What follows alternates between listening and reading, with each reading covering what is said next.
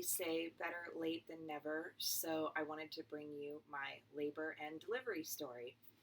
Um, I don't like when people on YouTube start videos by apologizing endlessly, but I will say I have a good excuse for only just now getting around to recording my labor and delivery story. 3 weeks after I gave birth, I had to go back to work, and I was at work for 2 weeks, and then I was traveling for the next three. So really, it's just the past week that I feel like I've been at home and had a routine and have the time to sit down and record this. I don't know when I'm going to find time to edit and put it up, but hopefully soon. So the last time we talked, I was 40 weeks pregnant, and I had found out I was breech. I had a procedure to flip the baby. What happened after that? Well, I ended up going a week over my due date, which I understand is very common for first-time moms. And I went in for my 41-week appointment with my midwife, and I had been working like crazy all week to try to induce myself naturally. I hadn't been sleeping. I was getting incredibly uncomfortable. I was getting more and more swollen. Just looking at my videos leading up to labor, I can't believe how swollen I was. I was retaining so much water, and I was exhausted, and I just felt done. And I went in for my 41-week appointment hoping that all the exercising, all the sex, all the spicy foods, all the pineapple, the enema, the primrose oil, all the ball bouncing had done something. And she checked me. I was barely effaced and maybe 1 centimeter dilated. And that was disheartening. And I know that that can change overnight. I know it doesn't mean anything. But to me, when I heard that, being a week overdue, I just said, I'm done. We need to talk about options because I need to get this kid out of me. What are some other kind of more advanced but still kind of natural drug-free ways we can induce? And she said, well, if you want, we have an opening tonight and we could insert a Foley catheter to expand your cervix, and that would kind of potentially get things going. And I said, let's do it. So that was probably at 3 o'clock on April 10th. I went home. My husband and I went to a restaurant and had our last meal, just the two of us. I drank champagne. We ate an enormous feast. And then we went home, got everything that we had packed up, got into the car, and headed to the hospital. And we checked into kind of the birthing center area of the hospital at about 9 o'clock and got settled in. At midnight, I got the catheter. And if you're not familiar with a Foley catheter, I wasn't. It looks like a long, like, hot dog balloon that they make those puppies, those long hot dog balloon animals out of. It's long, and it's got two little bulbs at the end. Two little bulbs. They fill the first with saline, and the bulbs kind of sit on both sides of your cervix. So like your cervix, like if you think of an Oreo, your cervix is the creamy middle, and the two bulbs are the cookie parts. And they fill both the balloons with saline, and it squeezes your cervix, flattens it, and starts it kind of opening up. So they put that in at about midnight, and it was uncomfortable. It wasn't painful, but it was like instantly, I just felt cramps, like really bad period cramps. I felt so full. It was very uncomfortable, the most uncomfortable I've been in a very long time. It was more uncomfortable than the flipping the baby procedure. And that's probably because the flipping the baby procedure took like 2 minutes. This thing ended up staying inside of me for 6 hours, 6 or 7 hours. They brought me an Ambien so I could try to sleep. But I knew it was impossible. I hadn't slept all week. I certainly wasn't going to sleep now being as uncomfortable as I was. So I gave Michael the Ambien so he could get some sleep because I knew I was going to need him. And I just kind of zoned out for the next 5 hours. I laid in bed, I listened to my Hypno Babies, I listened to relaxing music, and just tried to get my head on right for what was about to come. At about 5 in the morning, something started to feel different. I just kind of felt every few minutes, every 5 to 7 minutes, sometimes every 10 minutes, this like squeezing. And I thought, maybe these are contractions? I can't tell. So I started to time them, and they were all over the place. But after they just kept going, I really felt like, yeah, I think these are contractions. And I was able to lay in bed for a little bit, but probably around 6:30 or 7, it really, I couldn't lay in bed anymore. I just felt the urge. I wanted to walk around. And the great thing about working with the midwifery practice that I was with is, I wasn't hooked up to monitors permanently. I had to get hooked up initially, but I was able to walk around the room and, do little positions to kind of take the pressure off, counter pressure positions and all of that. And these early contractions were very manageable, and I kind of let Michael sleep through them. I didn't need any help. I just listened to Hypno Babies and got through it. When they started picking up a little bit more, I woke him up. He went downstairs. I was very hungry. He got me a muffin. He got some coffee. I got some fresh water. And we just kind of started getting into, game time, trying to develop a rhythm. When contractions would come, I'd give him the signal. He'd come over, do some counter pressure, and then they would pass and I would be fine. Probably about 8 o'clock, the contractions got a little bit more intense, but they still felt manageable.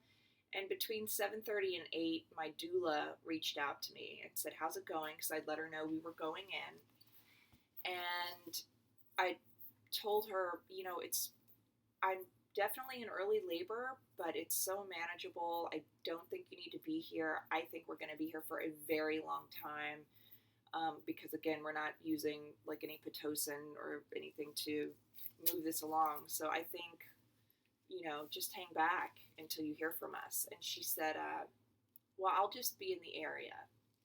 And I said, okay, that's fine. So maybe 25 minutes after I talked to her, things started picking up. And the contractions started like 3 minutes apart, 2 minutes apart, 3 minutes apart, 2 minutes apart. And the frustrating thing at this point was I still had the Foley in. And I noticed it was very distracting because I kept expecting when the contractions stopped to have that 2 or 3 minute rest that everyone talks about. But I couldn't rest. I got no relief because the contractions would end and I could feel that Foley in me just pushing really, really hard. And it was incredibly uncomfortable. And I kept saying, all right, we're obviously cooking now. I was working out. I'm taking my ankle weights off. We're cooking now. I need this Foley out. And there was a nurse at the hospital who wasn't affiliated with the midwifery practice. She was one of the hospital nurses. And she was kind of a bitch. And she was like, well, when your cervix is open wide enough, it'll fall out on its own. So we just left it in. And all the while, contractions are getting more and more intense. And it was probably around 9 o'clock that we were doing some contractions. I threw up and I realized things were getting really intense way too fast. And Michael reached out to the doula and was like, I think you need to come. And she texted him and said, oh, have contractions started yet? And he asked me, he goes, have contractions started yet? And I was like, well, what do you think we've been doing since 7:30 this morning? Yes, I'm in labor. So at this point, my memory of everything for a little bit gets pretty hazy. The midwife shows up at some point after that text, and by the time she gets there, my contractions are 30 seconds apart. They're coming one after the other, after the other, after the other. It's almost like, they put this Foley in and my body realized, oh, we were supposed to do this like a week ago, so let's hurry it up. And I still had the Foley in. I remember telling my doula, like, we need to get this thing out. She got the nurse, and they took the Foley out, which was really interesting because I had to lay down, and it was the last position I wanted to be in at that point was laying on my back. I wanted to be up. I wanted to be, on the wall with someone giving counter pressure. I did not want to be on my back. It was very painful to be on my back. And they took the Foley out, and I was 5.5 centimeters dilated. And I was like, all right, good. Like, here we go.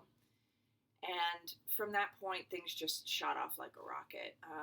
The contractions kept coming. I was up, moving around, walking around. Our doula put me in the shower. Now, if you've been watching my other videos, I had wanted to have a water birth. And when they checked me in to the hospital, they put me into a labor room that had an inflatable tub. And all the other rooms in the delivery area have like really nice, high-tech, delivery tubs. And they said, well, you're being induced, so you have to be in this room until things really start, and then we'll move you to one of the nicer tubs. So the labor kicked in so fast that when my doula came and she put me in the shower, this is probably 30 minutes after they took the Foley catheter out. My doula put me in the shower. I don't remember talking very much. I remember other people talking. I remember other people kind of guiding me and telling me what to do. I remember the contractions being just one right on top of the other, right on top of the other. And at this point, when I was put in the shower, I'm guessing I got the catheter out at about 10:30. At this point, it's noon. I'm in the shower. I haven't slept for a week because, like I said, leading up to being induced, I was so uncomfortable all week. Hadn't slept, didn't sleep that night in the hospital, gave Michael my Ambien so he could sleep, and I am now approaching exhaustion. And I remember thinking inside, I couldn't verbalize it, like the contractions didn't hurt. They felt like enormous pressure, like this incredible tightening inside that takes your breath away, and you just feel like everything inside of you is going to come out.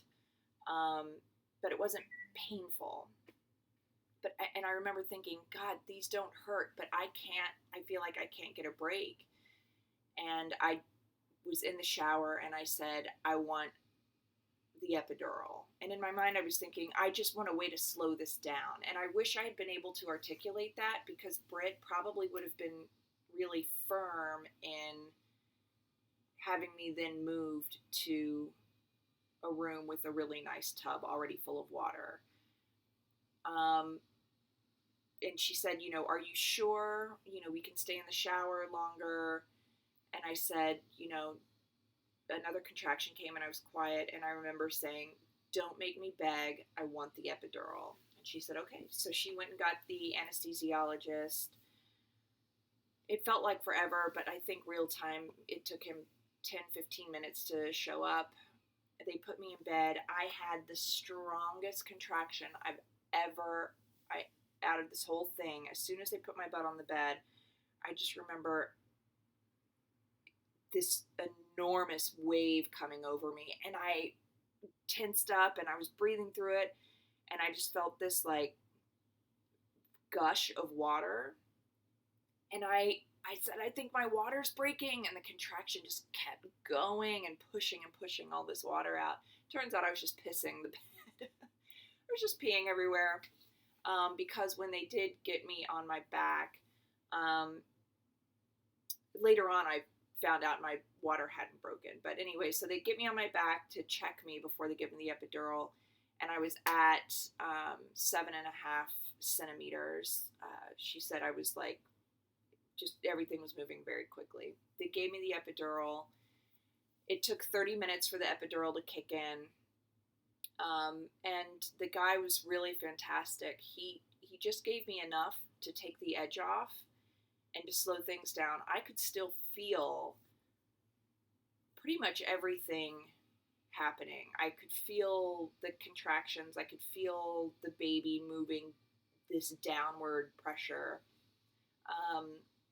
But it just, once it kicked in, my contractions just started being like a minute apart as opposed to 30 seconds. And sometimes they would be like 3 minutes apart, and I would actually doze between them. And things kind of calmed down from that point. Of course, I had to be in bed, but with the epidural, it wasn't uncomfortable.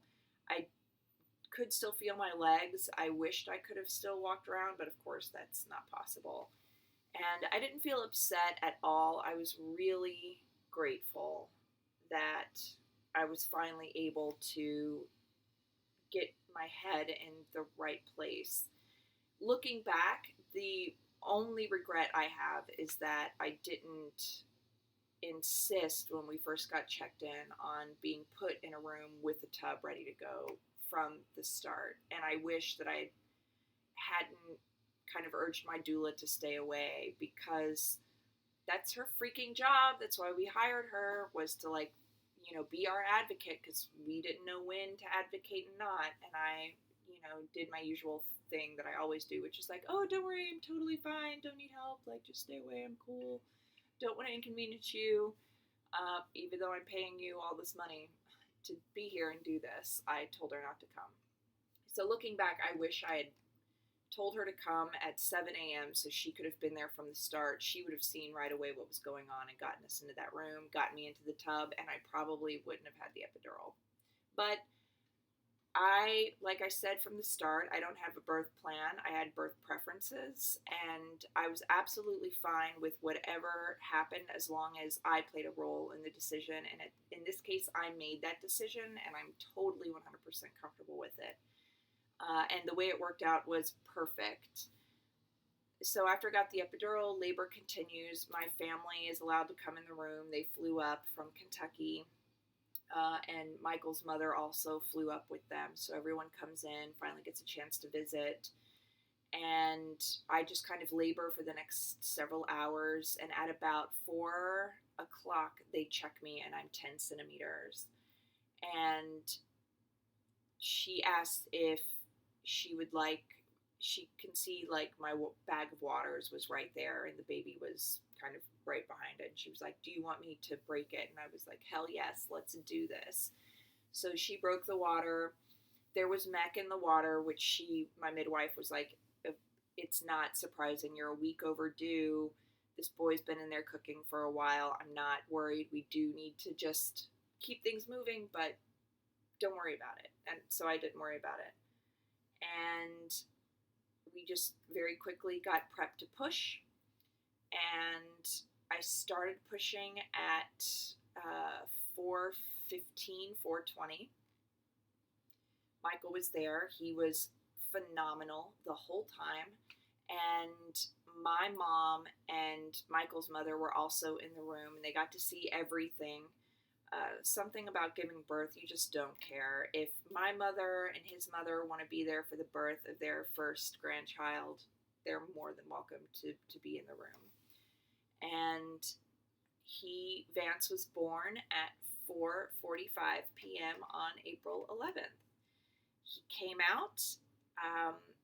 There initially, that hospital nurse, that bitch hospital nurse from earlier who wouldn't take my Foley out, wanted to take him away because of the mech in the water. But my midwife, as soon as she pulled him out, he was crying this very strong, full-throated cry, and she looked at him and, did a little suction, and she was like, he's totally fine. Clearly this baby has like nothing in his lungs. Plopped him on my chest for skin to skin, and that's where he stayed for like the next little while. I did tear.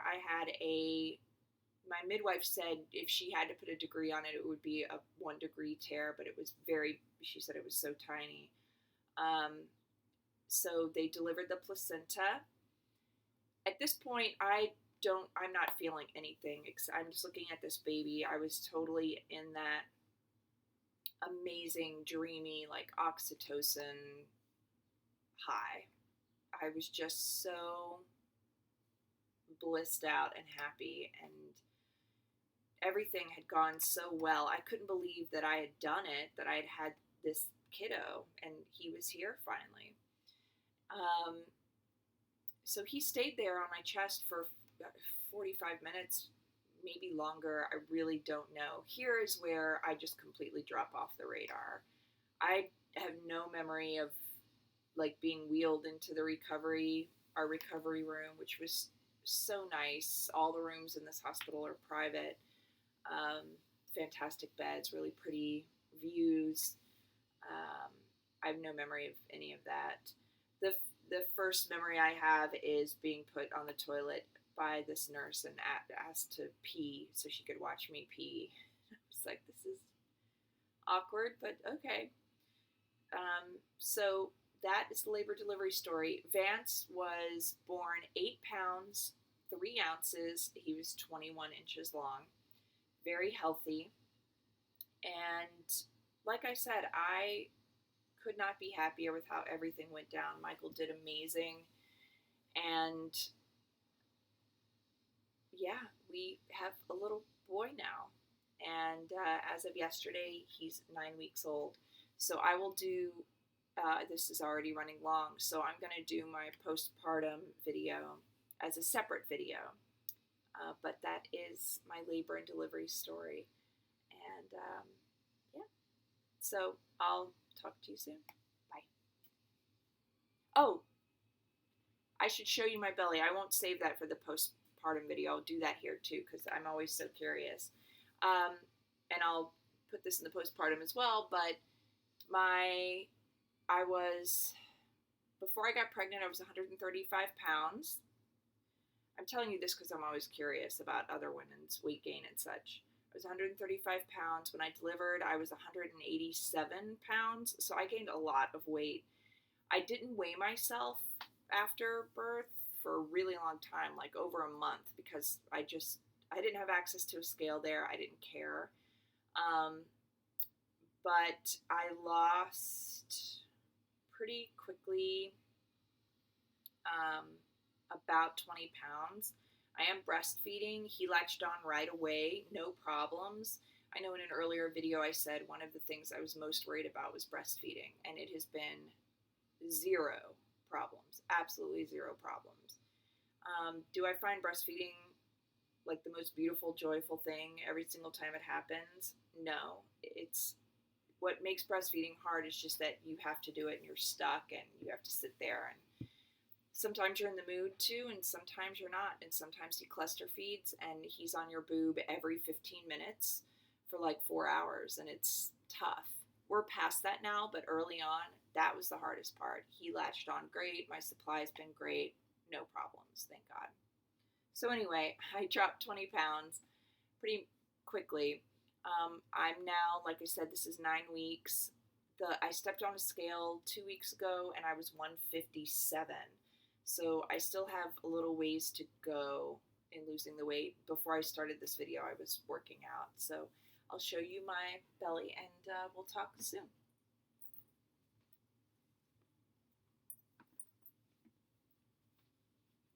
All right. So this is me postpartum. I still got all this kind of fatty stuff going on back here. And the front view.